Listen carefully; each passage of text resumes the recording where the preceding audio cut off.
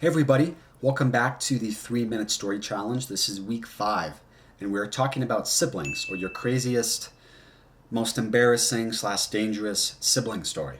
And I got one for you here, and I'll preface this by saying my brother hates when I tell this story, which is of course why I have to tell it, but probably not for the reasons that it's embarrassing to him, because it was actually pretty dangerous. So, got my timer?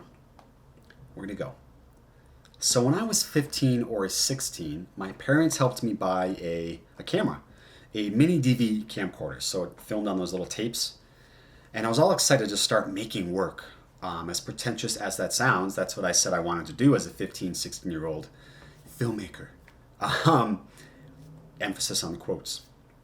So I told my brother, I was like, let's make something in the backyard. Now, at the time, we had this mountain home, and we had this beautiful forest clearing in the backyard that was just perfect for whatever. And my brother was, and still is, a part of this group called the SCA, which stands for the Society for Creative Anachronism. And what it is, it's all about creating a medieval persona. So if you kind of think a little bit like the Renaissance Festival, but also not like it at all, because it's really far more authentic.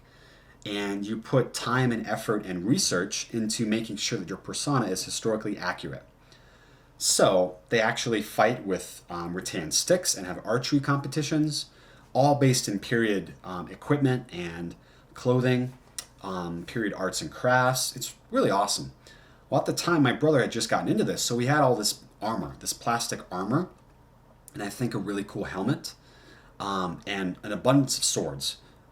From the rattan ones he would fight with, but also real swords. Now, all these real swords are display swords, so what you put on the wall to look like a badass.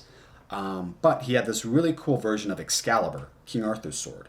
And I said, here's what we're going to do, Josh. I want you to put on all your armor, take Excalibur, we're going to get shots of you walking through the forest like you're running from something. I had no plot, no story. It was just an excuse to take the camera and say action and feel all cool. So we got the shots of him doing his thing, running from something, cleaning his sword, and I said, all right, we got to have a little fight scene here. And I'll jump out from behind the rocks, and you and I will tussle. And I'll lay on the ground, and you'll swing the sword, and it'll look like I got hit, and it'll be really, really cool. Because I was at the time watching a lot of Lord of the Rings special features about how they made those movies, and I learned about forced perspective, which is playing with the distance between objects and your actors and then how that relates to the camera. So I said, Josh, if you swing the sword, I'll be laying on the ground and we'll position the camera in a way where it looks like I get hit, and I'll turn, it'll be awesome. So we rehearse, I say action, I press record, I jump out from behind the rock, we do a little tussle, I lay on the ground, he takes his Excalibur and swings it and hits me right in the nose. Ended up being 9 stitches. Higher it would have been my eye, lower it would have been my throat with Excalibur. And it was pretty scary because it all happened on camera and a lot of blood, but we got the shot, which is all that matters, right? So, a little over, but that's fine. Okay, so my brother hates the story because I almost died, which I understand. I get it. But I don't blame him. I blame the director. He was just doing what his director asked him to do. He was really in character, but he was doing what I asked him to do. And it's like that quote on The Office, which I realize I probably say every other episode on this show, but The Office is my favorite TV show, so I'm going to bring it up again. Pam has a quote that says, when a kid gets behind the wheel of a car and crashes the car, you don't blame the kid.